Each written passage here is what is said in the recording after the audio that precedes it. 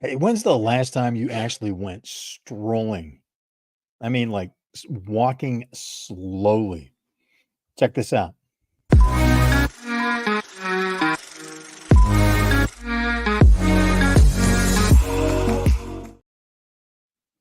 Hey, welcome to Wolf's Watch. I'm Wolf. I'm glad that you are here with us today. You know, I have something I'm going to share. Oh, I gave it away a little bit there. I went strolling this morning for, I don't know, like the first time in a long, long time. And I had a 45-minute break between meetings. It was like just on Zoom all day long. And I thought, "What the heck? I need to get outside," right? I live in Southern California, and too often I'm looking outside at the sunny day going, "Gotta get work done." It's like, "I'm doing this wrong." So, I went out for a stroll. Yeah, 45 minutes, used about 30 of that to go for it. Now, to me, a stroll means I was walking uncomfortably slow.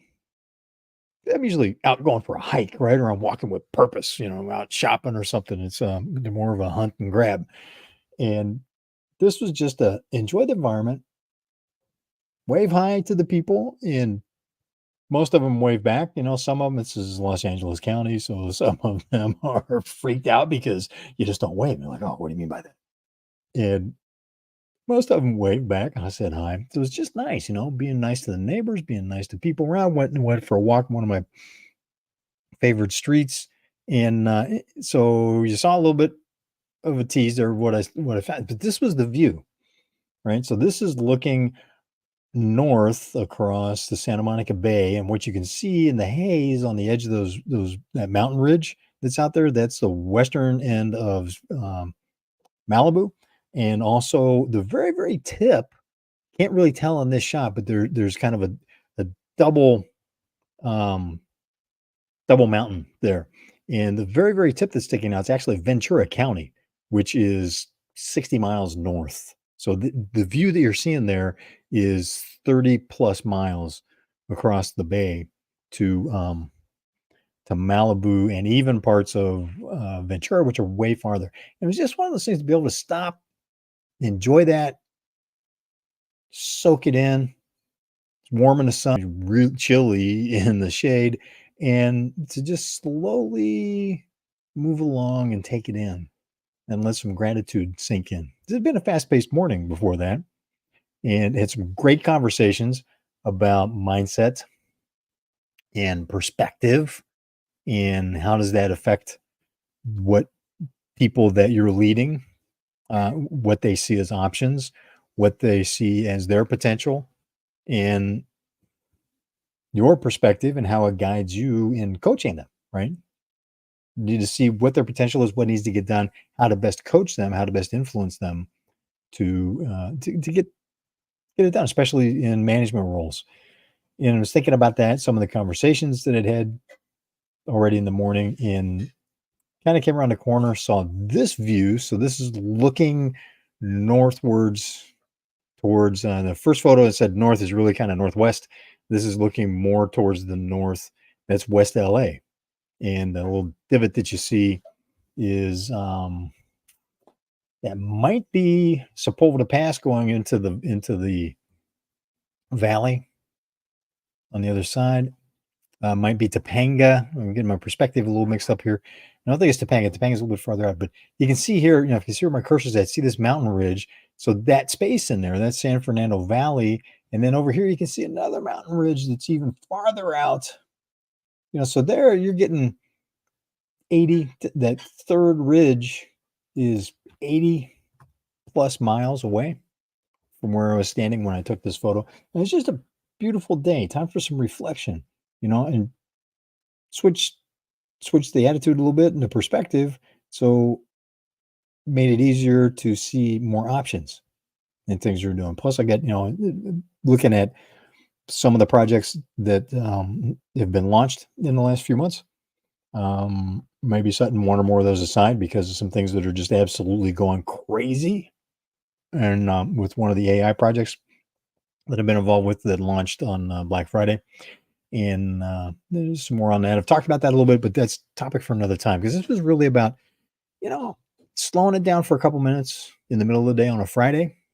This is really, you know, mid-morning, sneaking up on lunchtime, and being able to just kind of take a breath and pause because strolling, not really in my vocabulary, not something that I do a lot of, that whole walking slow thing.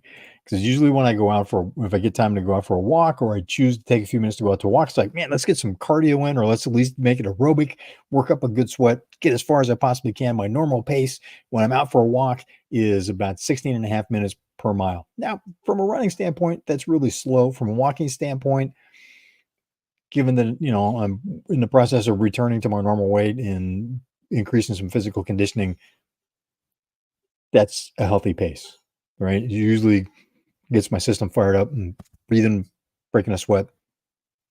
But doing that this morning really put me in a mindset that followed on the conversations I've been having earlier in the morning, where we were talking about how do we lead effectively, how do we manage effectively, how do we.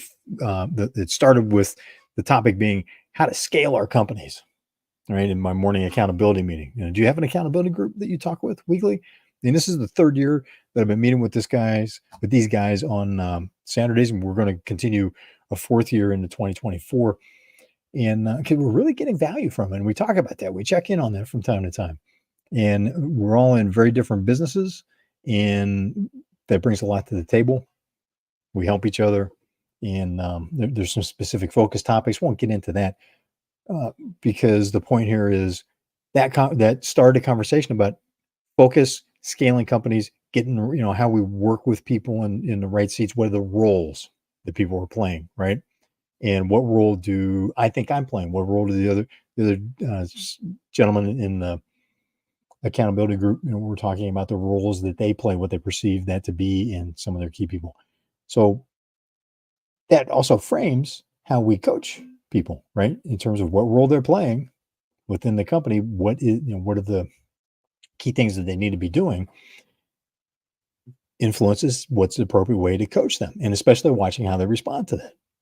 I had a conversation with someone else about seeing someone that just didn't working with a manager that just doesn't have the perspective, doesn't see the role as broad based as it would be. And it strikes me as some of the conversations I've had over the years with executives, even that are like going, well, training's a waste of time and money. They're here to produce, right? We got a job, we got a task we've assigned them, they're here to produce. And it's like, well, they're bringing more to the table, right? You want the insight that they've gained from what they've learned working with other companies, the skills that they've honed, and to be able to look at how could that be adapted to the company that they're at under the. So I was thinking of a conversation in particular. Not going to get into the details on that because even though it was a number of years ago, but for that particular executive to think about, look, the people that you've got working for you can bring a lot to the party, so to speak, and can help you adapt what you're doing in ways to be more competitive. And he's like, no, no, no, no, that's not, that's what they're getting paid for. Well, is that true? And is that how you lead? Is that what you do? What is your role in your business? Michael Gerber in the E-Myth famously talks about working on the business versus working in the business. So the more of a pure leadership role that you play, the more you are purely working on the business, working on developing the people, right? It's all people. Business is all about people. If you have a process problem, guess what? It's people. Not saying people are a problem, but it needs to be approached from the people perspective in order to resolve it. And that's the kind of conversation we're having this morning. So just wanted to ask, are you having those kind of conversations, and who do you have them with? It's very important to be able to do that, to have peers that you can talk to, as well as people that are bringing, that have deep dive expertise, deep dive knowledge and mastery in specific areas that will benefit your business, and being able to talk with them. Still, that peer conversation, like I was having with my accountability group this morning, it was very powerful.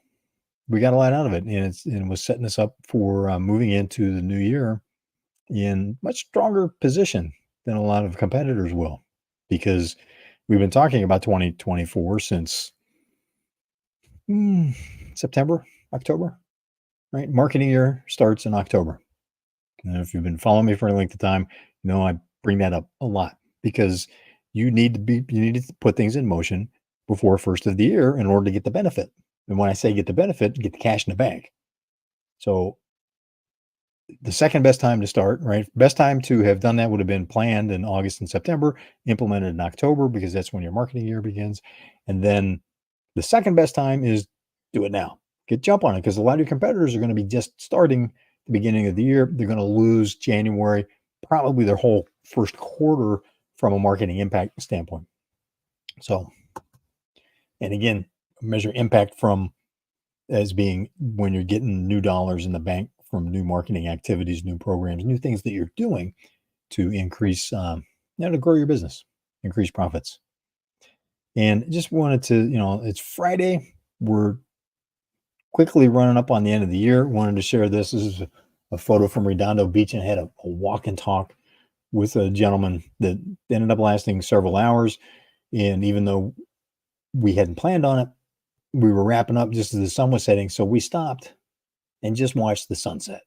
It was about 15 minutes. And looked at, we were getting ready to walk back to our cars, and I thought, and this look said, we're so close to the sunset. Let's just wait. It's just going to be a few more minutes. Okay, yeah, fine. And you can see some of the people, silhouettes of some people on the beach here that were also watching the sunset. There was a surfer that was just coming in from surfing. As you can see, wave starting to break there. Not the best surfing waves, but there's always surfers out in Southern California. And it was just a nice sunset. And it was fun watching also how everybody kind of stopped to enjoy it, kind of shared that, and there were some looks back and forth and with people around us going, yeah, that was good. Well, yeah, that was. Then we headed back to our cars. That really put a fine point and anchored the impact of the conversation that we'd had because it was a mentoring conversation. And the gentleman I was talking to, great action taker, why I was willing to have that conversation with him because the last time we met, which had been some time ago, he's been implementing like crazy, getting a lot of results, doing well in his career, plus started a business that is beginning to prosper as well. And it was worth every second. And again, willing, and I've found that from the people that have been my mentors, they're willing to do it if I'm listening and being an action taker and taking their advice and counsel and chewing on it and doing something with it. If not, explaining why, having some more conversation around that, asking clarifying questions, but not balking at what they're saying. And then to be able to enjoy a sunset like this just made for a great day. Are you taking time to do stuff like that too? To enjoy the day. You got to enjoy the journey. And as we're coming into, it's middle of the holiday season. Happy Hanukkah. This is the last day of Hanukkah. Happy, Merry Christmas. If you're in the UK, Happy Christmas. And those are the traditions that I've grown up acknowledging and celebrating. So my wish for you in saying that is that you're finding some peace and centeredness and more comfort in the direction that you're taking in your life and the choices that you're making, and that you're surrounded by people that you cherish. Because it's really what it's all about, right? It makes the journey a lot better. Enjoy the journey. And thanks for being part of Wolf's Watch. I'm Wolf. I will see you at the next sunset.